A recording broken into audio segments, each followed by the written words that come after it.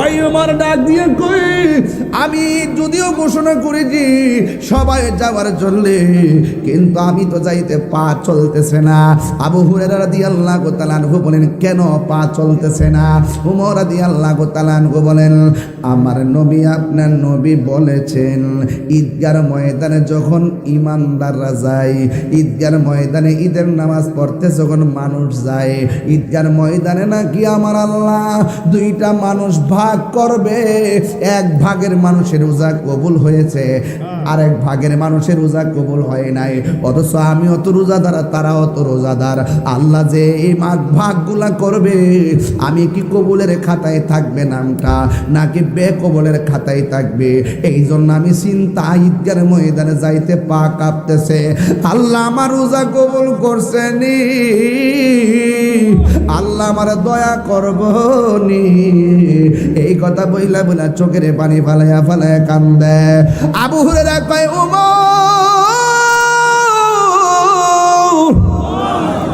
ও ওমর, আপনি না নবীর সাহাবী, নবী না আপনার জান্নাতের টিকিট দিয়েছেন? এবার ওমর বলেন, যিনি টিকিট দিয়েছেন তিনি ইচ্ছা করলে টিকিট আবার কায়রাও নিতে পারে, এই জন্যে আমার যাইতে পা কাঁপতেছি। এ বন্ধুরে, বন্ধুরে, বাবা, নবীজির সাহাবী উমর যদি রোজা রাইখা ঈদগার ময়দানে যাওয়ার সময় এমন কান্না করতে পারে, আর আপনি ডেস্ক লাগায় রাতের বেলা নাচলেন, মনে করছেন উপাস থেকে রোজা রাখছি, সব বুঝি হয়ে গেছে। না না না, রোজা অত সস্তা না। হাতের রোজা আছে, পায়ের রোজা আছে, চোখের রোজা আছে, নাকের রোজা আছে, কানের রোজা আছে, জবানের রোজা আছে। সব কিছু তন মন ঠিক করে বাইন্দা আল্লাহর দিকে মুতাওয়াজ্জো হওয়ার নাম হলো সাওম। ঈদুল ফিতরের চাঁদ উঠে গেল, যখন উঠে গেল ওই মুহূর্তে আমার আল্লাহ রাব্বুল আলামিন হাবিবের একজন সাহাবী, যার নাম হলো হযরতে ওমর রাদিয়াল্লাহু তাআলা আনহু, যার ব্যাপারে আমার নবী, আপনার নবী রাহমাতুল লিল আলামিন বলেছেন, আমার পরে যদি এই পৃথিবীতে কোনো নবী আসতো, সেই নবীটা হযরতে ওমর হইতো। সেই ওমর রাদিয়াল্লাহু তাআলা আনহু যেই মাত্র পশ্চিম আকাশে যখন রমজানের ঈদুল ফিতরের চাঁদ উঠে গেছে, ওই মুহূর্তে তিনি একটা ঘোষণা দিলেন, আগামীকাল সকালবেলা সবাই ঈদগার ময়দানে আসবা, না আসলে খবর আছে। এই কথা বলার পর সব মানুষের অন্তর একটা তুফান শুরু হয়ে গেছে। উমর যেখানে বলছে মাঠে যাওয়ার জন্য যাওয়াই লাগবে, সকাল সকাল যাওয়া লাগবে, এবার রোজাদাররাও বলে আমরা যাব, বেরোজদাররা বলে আমরা যাব। কারণ আমরা যদি না যাই তাইলে উমরের তলোয়ার থেকে বাঁচতে পারতাম না। এই পৃথিবীতে একজন মাত্র সাহাবী যে এক রাস্তা দিয়া গেলে জীবনে কিয়ামত পর্যন্ত এই রাস্তা দিয়া কোনোদিন শয়তান যাবে না, শুধুমাত্র উমরের ডরে। এমন উমর জীবনে এক রাস্তা দিয়ে একবার গেছে, ওই রাস্তা দিয়ে কখনো শয়তান যাবে না। শয়তান মনে করে উমরের যে ভাবার কবর থেকে উঠতে হইল আমার জুতা দেবে। যারা মাজার বানত যা, হেরা তো নিজের কপালে নিজে কোরাল মারে।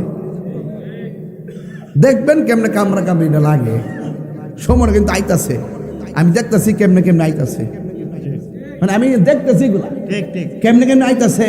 মান্যতা নাই, সিস্টেম নাই, সব হইল তাফালিং টু তাফালিং, ক্ষমতার দাম্ভিকতা, অহংকার পতনের মূল। কথা বলেন ঠিক কিনা বলেন? অহংকার পতনের মূল।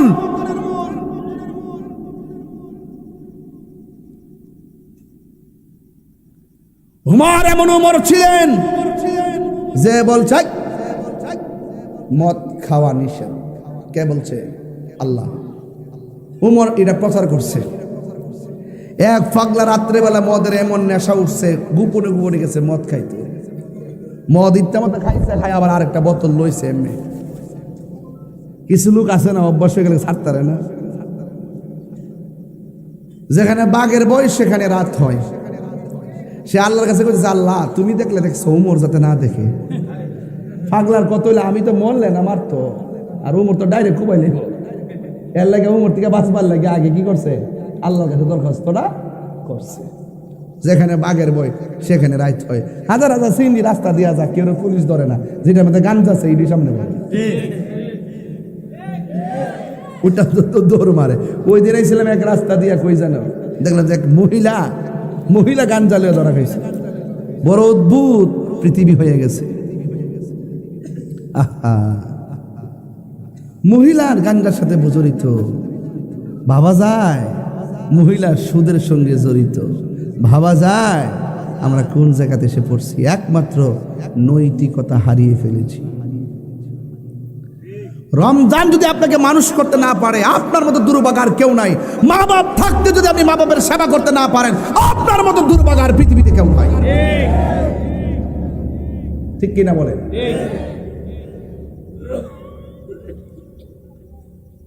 যে মাত্র গেছে, আল্লাহ তুমি দেখলে দেখছো, উমর যাতে না দেখে, একটু পরে সাহেদে উমর দাঁড়ায় দিছে। উমর রাদিয়াল্লাহু তাআলা এইভাবে উমর রাদিয়াল্লাহু তাআলাকে দেখে এইভাবে লোকটা কাঁপতাছে। উমর বলে, কাঁপো কেন? ওই লোকটা মনে মনে আল্লাহরকে, আল্লাহ প্রথম তো কইছিলাম উমর দেখলে দেখছে, তুমি দেখলে দেখছো, উমর যাতে না দেখে। এখন তোমার কাছে একটা কথা, কিতা আল্লাহ, আজকে যদি উমর হাত থেকে আমি বাঁচতাম পারি, জীবনও আমি মদ পান করতাম না। অন্তর্জামী কেডা? আও কথা কই না, অন্তর্জামী কেডা? ওমর রাদিয়াল্লাহু তাআলা আনহু বলেন, পাগল তুমি কেন এমন ভাবে এলোমেলো করতেছো? ওই পাগলা কই, ওমর গো, আপনি নিষেধ করেছেন যেন আমরা মদ পান না করি, কিন্তু আমি মদ পান করে ফেলেছি। আর আমার হাতের মধ্যে মদের একটা বোতল নিয়ে রওনা দিয়েছি। আমি জানি আপনি দেখলে আমারে খবর করবেন। আমি আল্লাহর কাছে তওবা করেছি, আল্লাহ আমি যদি আজকে বাঁচতে পারি, জীবনে আর আমি মদ পান করব না। এবার উমর বলে, খবরদার বোতলটা বের করো। এবার বোতলটা বের করেছে। উমর তাকায় দেখতেছে, এটা মদের বোতল না।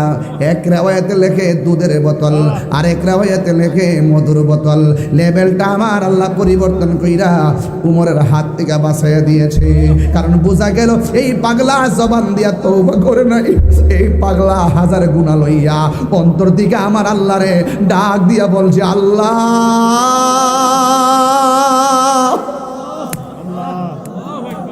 ও আল্লাহ, আল্লাহ গো, আজকে যদি আমি বাঁচতে পারি, জীবনেও আমি মদ পান করব না। দিল খুইল্লা দোয়া করছে, আল্লাহ ভাগ্যের চাকা ঘুরাই দিছে। উমর বলে, পাগলা কান্দ কেন? কয়ে, কান্দি আপনার জন্য না, কান্দি আমার আল্লাহ যে কত দয়াবান। আমি মদের বোতল নিয়ে রওনা দিয়েছি, তওবা করার কারণে আমার আল্লাহ মদের লেভেলটারে পরিবর্তন কইরা দিয়েছে। এই জন্য আমি কি করেছি, এত মায়ার আল্লাহরে চিনতে পারি নাই, আর জীবনে গুনাহ করব না। গুনার বুঝা মাথাইল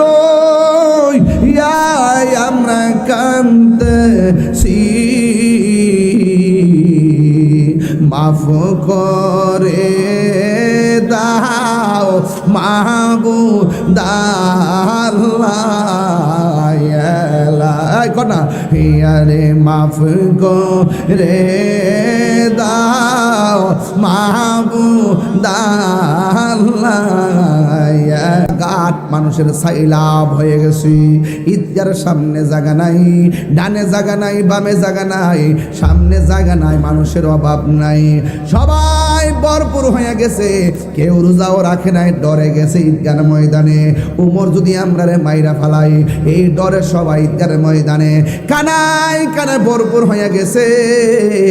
মানুষের কোনো অভাব নাই, কিন্তু মানুষ কয় এত সকাল সকাল এসে গেলাম, মানুষের কোনো অভাব নাই।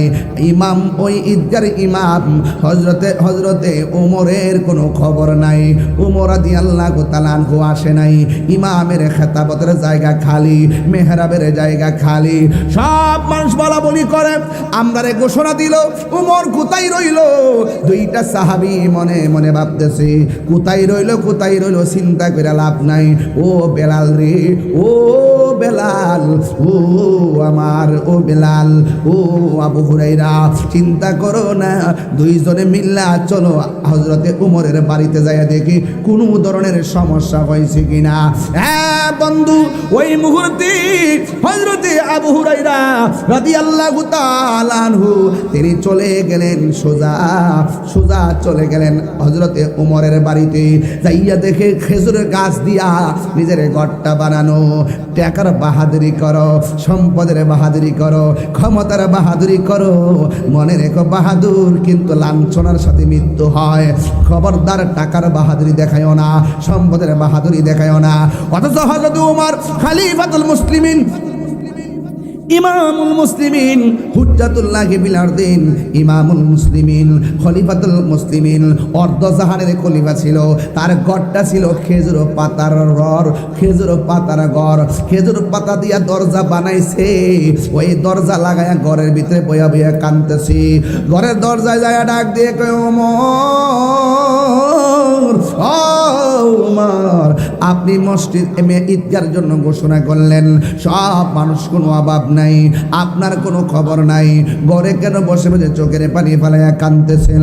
এবার ঘরের দরজা খুইলা তাকায়া দেখতেছে হযরত ওমর ঘরের দরজার ভিতরে বইয়া বইয়া চোখের পানি ফেলাইয়া ফেলাইয়া কাঁদতেছে। ডাক দিয়া বলে ওমর, আজকে না ঈদের দিন, আপনি ঈদগার ময়দানে না যাইয়া আপনি ঘরের মধ্যে বসে বসে কেন চোখের পানি ফেলাইয়া ফেলাইয়া কাঁদতেছেন? বন্ধুরা রে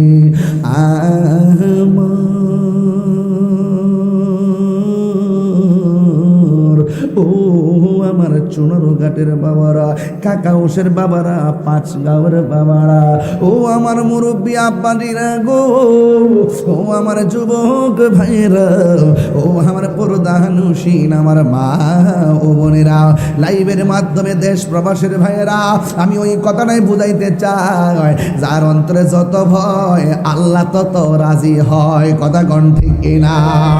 ওই আমার ডাক দিয়ে কই, আমি যদিও ঘোষণা করেছি সবাই যাওয়ার জন্য, কিন্তু আমি তো যাইতে পা চলতেছে না। আবু হুরায়রা রাদিয়াল্লাহু তাআলা আনহু বলেন, কেন পা চলতেছে না? উমর রাদিয়াল্লাহু তাআলা আনহু বলেন, আমার নবী আপনার নবী বলেছেন ঈদগার ময়দানে যখন ইমানদাররা যায়, ঈদগার ময়দানে ঈদের নামাজ পড়তে যখন মানুষ যায়, ঈদগার ময়দানে নাকি আমার আল্লাহ দুইটা মানুষ ভাগ করবে। এক ভাগের মানুষের রোজা কবুল হয়েছে, আরেক ভাগের মানুষের রোজা কবুল হয় নাই। অথচ আমি অত রোজাদার, তারা অত রোজাদার। আল্লাহ যে এই ভাগগুলা করবে, আমি কি কবুলের খাতায় থাকবে নামটা, নাকি বেকবুলের খাতায় থাকবে? এই জন্য আমি চিন্তা, ঈদগার ময়দানে যাইতে পা কাঁপতেছে। আল্লাহ আমার রোজা কবুল করছে নি, আল্লাহ আমার দয়া করব নি, এই কথা বইলা বইলা চোখের পানি ফালাইয়া ফালাইয়া কান্দে। আবু হুরায়রা কয়, ওমর,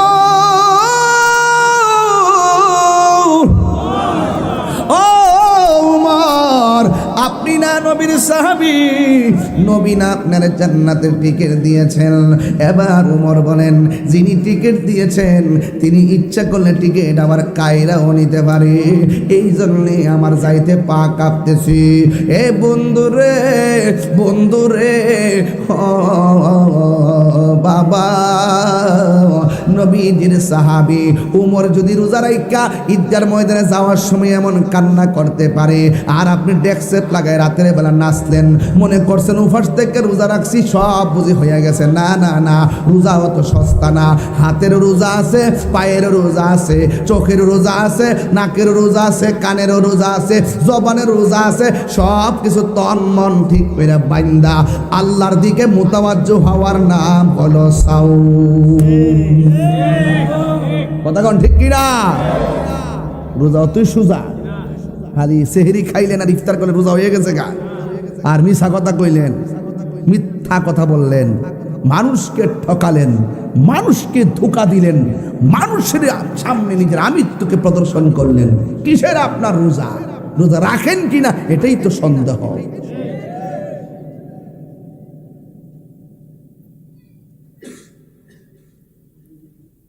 আয় হায় হায়, রোজা শুধুমাত্র রোজা না, এই রোজা একটা আধ্যাত্মিক চিকিৎসা। আধ্যাত্মিক আধ্যাত্মিক আধ্যাত্মিক চিকিৎসার নাম। বিশ্বাস না হয় ডায়াবেটিস রোগীকে জিজ্ঞেস করে। এইবার রোজার দিন সারা জীবন খাইছে, চিনি খাওয়ার সময় সাবধান, কিন্তু রোজার দিন একটা খেজুরের জায়গায় 5টা খেজুর মারে। দুধ খাইতেছে, কলা খাইতেছে, দুধ কলা সেই সব না খাইলে জমি না। খেজুরা গুড় দিয়া চিনি দিয়া মারতাছে।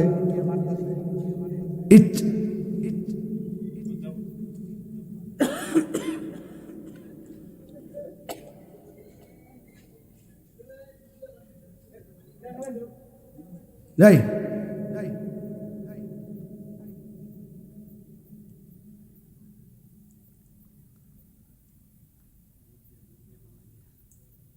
ইচ্ছা মতো খাওয়ার পরে তারা জিগাইবেন আপনার 12 মাসের মধ্যে ডায়াবেটিস লইয়া কোন মাসে বেশি ভাল লাগছে?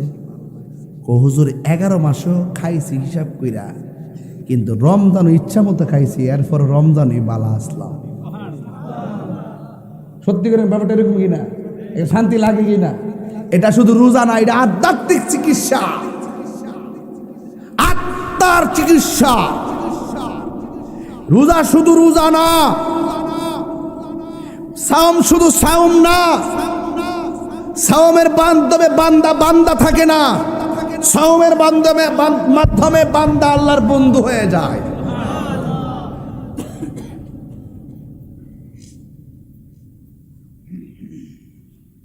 আবার দেখবেন রোজা আইলে মা তাহে টিনের ঘরটা আর ফুতে থাকে বিল্ডিং ঘরটা। 1 গ্লাস পানি লইয়া মা এমনে খা, আর ফুতের গড়টার ফাইল চা। ফুতে গামলা বইরা 8 প্রকার আইটেম দিয়ে ইফতার না করলে বলে ইফতার জমে হই না। অথচ মা কোনটা ইফতার করতে পারবো? মুরব্বী মানুষ, মুড়ি খাইতে পারবো কিনা, ডাল বোঝা, ইফতার তো দেওই না। অন্তত খিচুড়িটা করে দিলেও তো মুরব্বী মানুষটা খাইতে পারতো নি বাজান। এতে খবর হইল না। রোজার এক আল্লাহরে লামাই লইবা বাবা রে বাবা, তুই সুজা মা বাপ রে কষ্ট দিয়া রোজার এক কেমন করছে যে আল্লাহ ভাই আলাইবা। হসকিরা মনে করছে যে কাবা করে সইয়া সুমা দিলে মনে করছে যে আল্লাহ রাজি হয়ে যাবো গা। খুদার কসম করে কই রমজান মাসে মা বাপ রে কান্দাইয়া মক্কা মদিনা গেল লাভ হইতো না।